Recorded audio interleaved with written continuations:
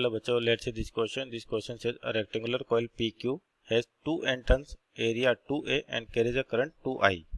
The plane of the coil is to the horizontal uniform magnetic field of flux density B. The torque on the coil due to magnetic forces is. तो देखिए आपके पास यहाँ पर क्या पूछा है कि एक मैग्नेटिक रेक्टेंगुलर कॉइल है जिसको किसमें रखा है, यूनिफॉर्म मैग्नेटिक फील्ड के अंदर रखा है और डायरेक्शन दे रखी है। तो यहाँ पर जब भी आपके पास मैग्नेटिक फील्ड में रखेंगे तो यहाँ पे टॉर्क जनरेट होगा, तो उस टॉर्क की वैल्यू निकालनी है अपने को। तो की कॉन्सेप्ट क्या हो जाएगा आपके पास, torque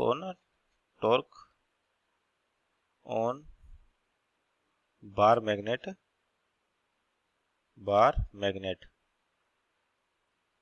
placed in uniform magnetic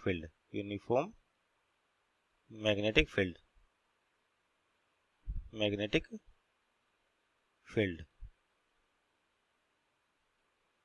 तो यहाँ पर देखो आपके पास होता क्या है कि जब भी मान लो कोई भी मैग्नेट आपके पास, या बोलते हैं कि bar magnet uniform magnetic field के अंदर ऐसे रखी हुई है, तो आपके पास क्या होगा, एक साउथ पोल होगा और एक क्या होगा, नॉर्थ पोल होगा।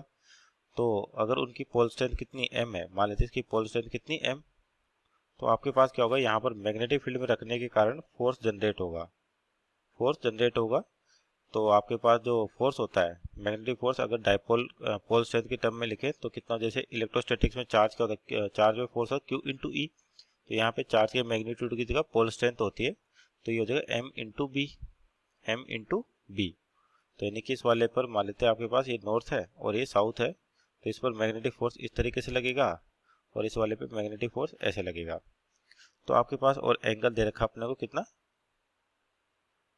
यहाँ पे 60 डिग्री। तो जो टॉर्क होता है, तो टॉर्क की वैल्यू होती है बेसिकली m क्रॉस बी।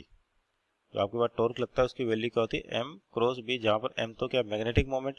तो m की वैल्यू की बात करें तो m होता है I into A, current into area. अब यहाँ पे कितनी टर्न्स है, 2n टर्न्स है, तो करंट कितना हो जाएगा, 2n टाइम्स हो जाएगा। तो 2ni, एरिया कितना 2a, और करंट की वैल्यू भी 2i है, यानी कि आपके पास 2 और आएगा। तो कितना हो जाएगा टोटल 8nia, कितना हो जाएगा 8nia। तो ये तो हो गया इसका मैग्नेटिक मोमेंट, और मैग्नेटिक फील्ड कितना अपने पास b। तो यहाँ पर एंगल देखें, क्योंकि जो टॉर्क हो जाएगा वो हो जाएगा क्रॉस प्रोडक्ट में एम बी साइन थीटा। तो टॉर्क कितना हो जाएगा M B sine theta, magnitude wise देखें तो कितना है एम बी साइन थीटा। तो एम हो गया मैग्नेटिक मोमेंट, तो मैग्नेटिक मोमेंट की जो डायरेक्शन हो गया आपके पास इस एरिया वेक्टर के डायरेक्शन में, यानी कि perpendicular to this bar magnet. तो ये 60 डिग्री है, तो ये 30 डिग्री हो जाएगा आपके पास। यानी कि आपके पास मैग्नेटिक मोमेंट और मैग्नेटिक मोमेंट की डायरेक्शन क्या होती है, जो एरिया वेक्टर होता है उसी की डायरेक्शन में अपन मैग्नेटिक मोमेंट को लेते हैं। तो ये 60 डिग्री था टोटल यहाँ से यहाँ तक, और ये 90 डिग्री है आपके पास, ये 60, तो ये कितना बचेगा 30 डिग्री। तो मैग्नेटिक मोमेंट इस डायरेक्शन में आपके पास, तो थीटा कितना हो गया 30 डिग्री। यहाँ पर वैल्यूज रखे अपन, तो m की वैल्यू कितनी है अपने पास 8 times ni small a, area कितना स्मॉल है आपके पास, into b magnetic field into sine 30 degree. तो एंगल होता है आपके पास यहाँ पर m क्रॉस b, यानी कि मैग्नेटिक मोमेंट और फील्ड के बीच में। तो कितना दे रखा आपके पास, ये तो दे रखा 60 डिग्री, ये आपके पास मैग्नेटिक फील्ड की डायरेक्शन, और ये मैग्नेटिक मोमेंट जो इसके क्या होगा परपेंडिकुलर, तो ये बचेगा 30 डिग्री। तो यानी कि टॉर्क हो गया आपके पास 8nia साइन 30। तो ऑप्शन देखें यहाँ पर, तो b साइन 30 नहीं है, और अपन जानते हैं b साइन 30, यानी कि साइन 30 की वैल्यू किसके बराबर होती है, cos 60 के बराबर। तो आपका साइन 30, तो आपका जो साइन 30 डिग्री है वो किसके बराबर होता है, cos 60 के। साइन 30 इज इक्वल टू कितना है, cos 60। तो आपको आंसर दो दे रखा है कोस की फॉर्मेट में आपके पास, तो साइन 30 कितना हो जाएगा cos 60।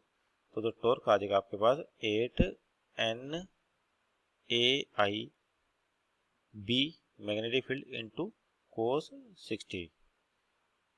So our final answer is 8nia b cos 60। तो ऑप्शन चेक करें यहाँ पर, तो ऑप्शन नंबर आपका, तो यहाँ पे ऑप्शन चेक करें आपके पास, तो ऑप्शन होगा आपके पास यहाँ पे option number 2 is our correct answer. Hope you understood well, best of luck.